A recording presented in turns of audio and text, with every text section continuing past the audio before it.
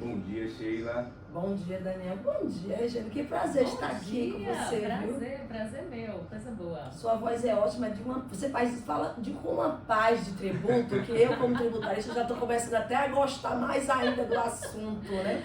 Porque é um assunto... Chegar no susto, mulher. É um assunto realmente espinhoso. Você fez um diagnóstico muito bem do que aconteceu com a reforma. E aí eu posso lhe dizer o seguinte, que hoje em dia o que está andando e o que vai acontecer realmente, porque é a ideia do governo, ainda não mexendo no que você falou muito bem, que é quando ele vai tratar dos tributos em relação à renda.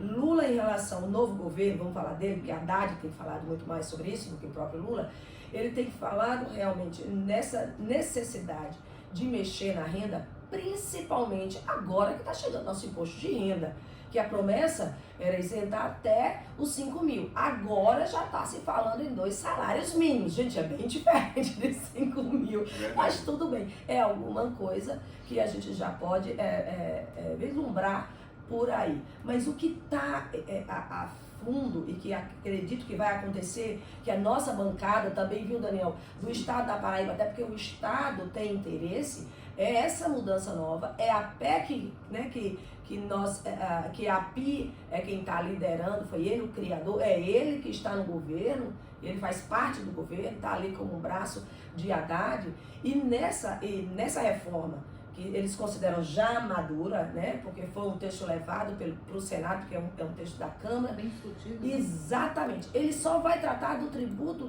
de consumo, né? Então eles vão unificar os tributos de consumo em um só, que é o IBS. Então é esse tributo que vai fazer a diferença. E você falou uma coisa interessante, porque eu sou uma apaixonada pelas microempresas, pelas empresas do Simples, quando elas precisam estar no Simples, que tem uns empresários aí que crescem e não querem sair do Simples e acabam pagando mais tributo. Esse não mexe. É uma lei especial, foi criada porque realmente era uma época que nós precisávamos dar esse apoio às pequenas empresas, aos pequenos empresários. Esse teto vem aumentando, mas não vai se mexer. E o governo tem realmente prometido, em tudo quanto é reunião, falou internacionalmente que vai mexer na reforma e que vai incentivar. Aí você, Daniel, veio dar notícia que eu nem tinha visto, que a bancada paraibana também vai incentivar, porque o governo vê isso com bons olhos, o Estado vê isso com bons olhos. E é incrível que as reformas, quando elas não são favoráveis ao povo, como a da Previdência, a reforma trabalhista, ela foi prioridade. A reforma tributária que deveria e deve, né, a gente torce para que seja assim, para as pessoas mais pobres pararem de pagar tanto imposto, essa emperra sempre. Você a não gente deve... espera que finalmente saia agora. Regiane, só a título de curiosidade, eu dei aula semana passada numa pós, e aí eu perguntando para os contadores se eles já tinham observado, por exemplo, e na sorte, gente, mãe, dona de casa, eu carrego a conta de luz na bolsa. Eu estava com a conta de luz na bolsa. E aí eu peguei a conta de luz e fui mostrar para os alunos do como é importante, né, Daniel, a gente falar de imposto, como é importante nós contribuintes discutirmos. Não sei se vocês perceberam que a nossa conta de luz caiu, porque a alíquota do ICMS na conta, porque é um imposto de consumo, que somos nós, né, o contribuinte, nós sentimos isso diretamente, ela caiu para 18 por conta da lei de 2022. E lembre-se que a Energisa aqui, ela está seguindo uma lei, né? A lei de 2022, que o governo do estado entrou pedindo liminar, não concedeu. Eu gostei, ela está cumprindo a lei, já baixou, está em 18. Mas eu quero acreditar que há alguns meses ela não seguiu a legislação. Eu vou dar uma olhadinha mês a mês para poder verificar isso, porque de alguma forma eles vão ter que nos ressarcir. Exatamente. Outra dica, quem tem plano de telefone, sabe o que elas fizeram? Porque essa lei foi para beneficiar, olha bem, tributariamente, uma alíquotazinha do ICMS.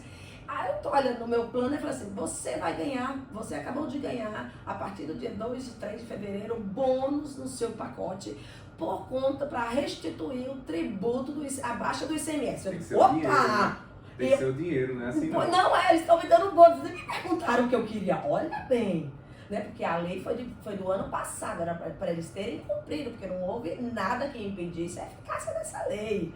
Todo mundo tem que estar atento a isso, né? Pois é, olha aí, como é importante nós brasileiros entendermos um pouquinho e prestarmos atenção toda vez que alguém falar sobre tributo. Eu sei que é chato, não é sempre a Regiane que vai estar falando com essa paz toda que ela fala, né? Pode ser uma eu doida que falo rápido, agoniada, mas é importante você prestar atenção realmente, porque impacta a gente diretamente no nosso consumo. E esses tributos que estão querendo mexer vai fazer a diferença, porque a gente precisa ter dinheiro no bolso para a gente poder fazer boas escolhas na hora do consumo. Porque do jeito que vai, a gente pagando o preço do tributo em cima de alimentos como a gente paga, de remédio, meu Deus, a gente pagava energia como se fosse supérfluo. Imagina quantos anos nós passamos por isso, porque somos realmente desatentos e nós não valorizamos cada centavo que a gente conquista, que a gente bota no bolso.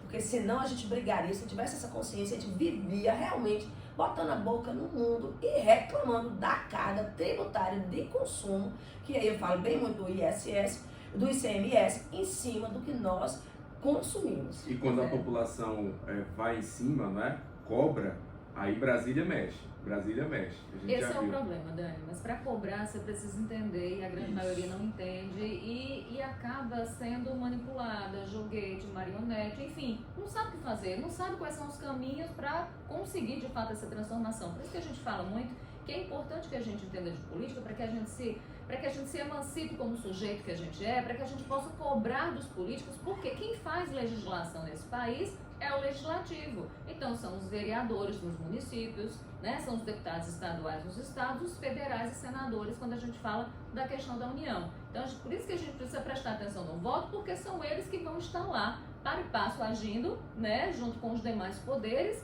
e mais, atuando para ajudar o governo ou trancando pauta, jogando pauta bomba para que tudo vire uma grande bagunça. E aí, Sheila, eu só queria voltar à questão da reforma, porque a gente está falando exatamente, a gente está falando nessa questão da renda, né?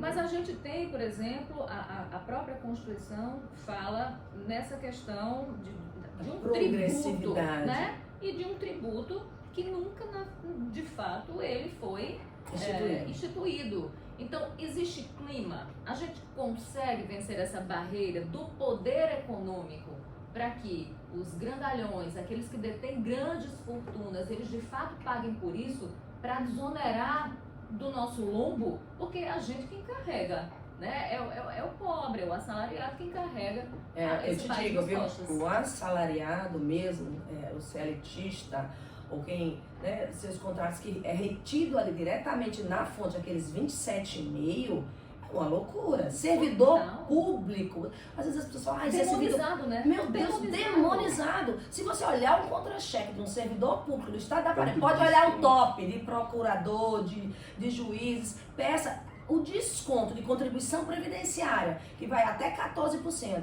diretamente na fonte, os 27%, o que ele recebe de retorno, o que ele recebe líquido, meu Deus, vai assustar um bocado de bancário, vai assustar um bocado de profissional liberal aí no mercado, que realmente não consegue, principalmente se ele for do Simples Nacional.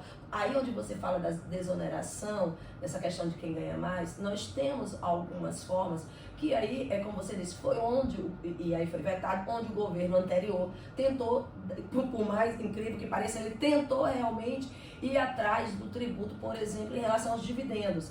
O que acontece? Um profissional médico, advogado, ele constitui uma empresa, ou grandes industriais constituem empresas, e a distribuição do lucro, a forma de tributação da distribuição de lucros é muito inferior do que quem está ganhando, quem está produzindo como pessoa física.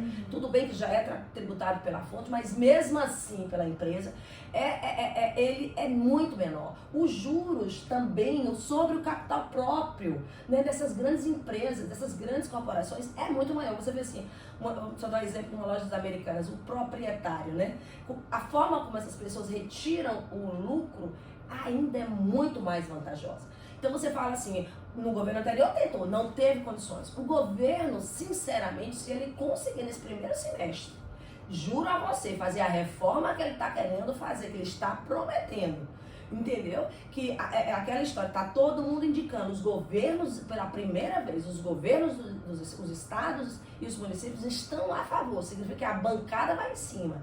Quem tá e que vai sofrer muito, uma advogada vai sofrer, quem é prestador de serviço, que vai entrar tudo num bolo só e a média da alíquota vai ser 25 geral para tudo. Mas vai ser para tudo. E isso vai fazer toda uma diferença ao longo de um tempo, porque vai desonerar muito produto, vai desonerar consideravelmente o nosso consumo. E por que o Estado e o município estão felizes? Porque de uma forma ou de outra eles vão ganhar, aumentou a base de cálculo, porque incluiu, por exemplo, serviço, vai incluir locação, que não era tributada diretamente por esses entes, então vai fazer toda a diferença. Então querer que esse ano, ou que esse governo, ele vai enfrentar uma questão de uma tributação sobre grandes fortunas, não acredito.